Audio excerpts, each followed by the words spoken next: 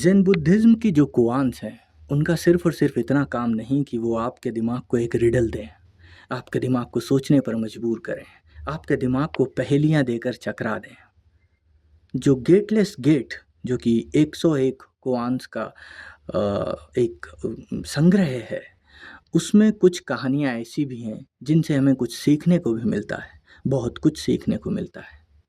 खास तौर से जब बात आती है उस शून्य में विलीन होने की, उस शून्य को, उस शांति को, उस परमात्मा को, स्वयं को खोजने की बात आए, तब पेशेंस अनलिमिटेड चाहिए, एक एंडलेस पेशेंस चाहिए, किसी भी प्रकार की मुसीबत से लड़ने की क्षमता चाहिए। आज की जो कोआन है वो तेत्सुगन के बारे में है। तेत्सुगन ज़ेन मॉन्क हुए एक, फिर ज़ेन मास्टर बने। काफ़ी अर्ली एज में ये मॉन्क बन गए थे, बहुत ही छोटी उम्र में, और एक अच्छे समय तक इन्होंने अपनी शिक्षाओं को लोगों तक पहुंचाया। फिर एक दिन इन्हें इस बात का एहसास हुआ कि आखिर कब तक मैं ये कर पाऊंगा, और कहीं ऐसा ना हो कि ये सारे सूत्र मेरे साथ ही खो जाएं।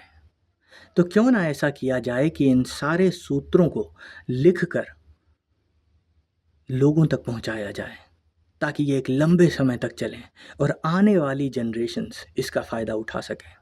विचार तो अच्छा था, लेकिन इस विचार को असलियत में लाने के लिए, इस सपने को साकार करने के लिए बहुत ज़्यादा पैसों की ज़रूरत थी। अब एक मॉन्क के पास इतने पैसे कहाँ से आएंगे? तेत्सुगन ने ऐसा सोचा कि क्यों ना मैं जगह जगह घूम घूम कर लोगों से पैसे मांगूं, लोगों को बताऊं कि मैं क्या करना चाहता हूं। तो तेत्सुगन ने यही किया।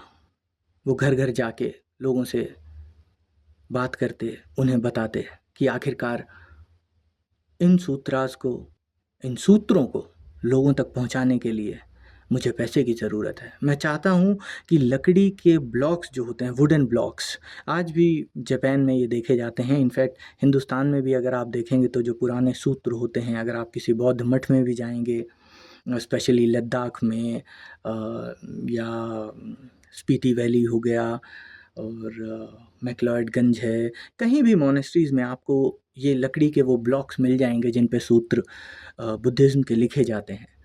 तो ऐसे ही उन्होंने सोचा कि करीबन 7,000 वुडन ब्लॉक्स पे अगर इन सूत्रों को लिखा जाए तो एक अच्छे गुड नंबर ऑफ सूत्रास को कंपाइल किया जा सकता है। और वो इस काम में लग गए, घर घर जाकर लोगों से पैसा मांगते थे। कोई कोई तो उन्हें 100 सोने के सिक्के भी दे देता था। उस समय ये एक बहुत बड़ी, उस समय क्या, आज के समय में भी ये बहुत बड़ी रकम है। लेकिन हर जगह ऐसा नहीं होता था। ज़्यादातर जगह पर उन्हें खाली हाथ ही लौटना पड़ता था या बहुत ही कम पैसा मिलता था। लेकिन खैर, 10 साल तक उन्होंने अपना प्रयास जारी रखा, और 10 साल होने के बाद उन्हें लगा कि अब सफिशिएंट अमाउंट ऑफ मनी उनके पास जमा हो गया है और अब इस काम को अंजाम दिया जा सकता है। लेकिन तभी अचानक वहाँ पर एक महामारी फैल गई, और महामारी के बाद जैसा कि होता है, भुखमरी फैल जाती है। हम लोग भी अभी कुछ ही वर्षों पहले एक महामारी से उभरे हैं। देखा जाए तो पूरे विश्व की इकॉनमी पर उस पर फ़र्क पड़ गया था। तो उस समय तो ऐसा स्टॉक मार्केट हुआ नहीं करते थे, लेकिन इकॉनमी तो हिल जाती थी। तो उन्होंने जितना पैसा जोड़ा था वो लोगों की मदद करने में लगा दिया, उनके इलाज में, उनके भोजन में, उनकी हेल्प में, हर प्रकार की एड उन्होंने लोगों को प्रोवाइड कराई और अपना सारा पैसा खर्च कर दिया। उसके बाद उन्हें लगा कि अब मुझे ये काम दोबारा शुरू करना चाहिए। उन्होंने फिर से मेहनत की। यहाँ पर अगर एक बार कुछ ठोकर लग जाए हम लोगों को, तो हम लोग दोबारा उस रास्ते पे चलने की हिम्मत नहीं कर पाते हैं। लेकिन तेत्सुगन हिम्मत नहीं हारे, उन्होंने दोबारा लोगों से पैसा मांगना शुरू किया, चंदा मांगना शुरू किया। धीरे धीरे करते समय बीतता गया और फिर से उन्होंने एक अच्छा अमाउंट ऑफ मनी जमा कर लिया। लेकिन होनी को कौन टाल सकता है, एक और महामारी ने जापान को हिट किया और फिर से उनका सारा पैसा उन्होंने लोगों की मदद में लगा दिया। लेकिन तेत्सुगन ने हार नहीं मानी। उन्होंने तीसरी बार फिर पैसा जमा किया। करीबन 20 साल हो चुके थे अब, और तेत्सुगन की मेहनत रंग लाई। उन्होंने वुडन ब्लॉक्स पे सभी सूत्रों को संग्रहित किया। आज भी वो सारे सूत्र ओबाकू मोनेस्ट्री जो कि क्योटो में है, वहाँ पर उनके कंपाइल किए हुए वही सूत्र, वही वुडन ब्लॉक्स आज भी मौजूद हैं।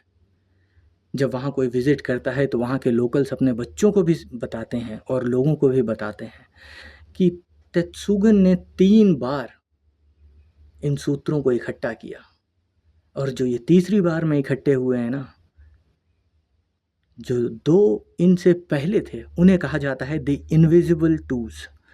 वो जो इनविजिबल टूल्स थे जो कभी प्रकाशित ही नहीं हो पाए, जो कभी दुनिया के सामने आ ही नहीं पाए, वो इनसे भी ज़्यादा महत्वपूर्ण थे। तो ये एक कहानी ऐसी है, एक कुआन ऐसी है जो ख़ास तौर से मेरे दिल के बहुत करीब है। ये हमें सिखाती है परसिस्टेंट होना, ये हमें सिखाती है हिम्मत से परेशानियों से लड़ना, कभी हिम्मत ना हारना। आज की कहानी, आज की कुआन, इस पर विचार करें, अपने अंदर इसे उतरने दें और एक नए पेशेंस का आपके भीतर जन्म हो, ऐसा प्रयास करें।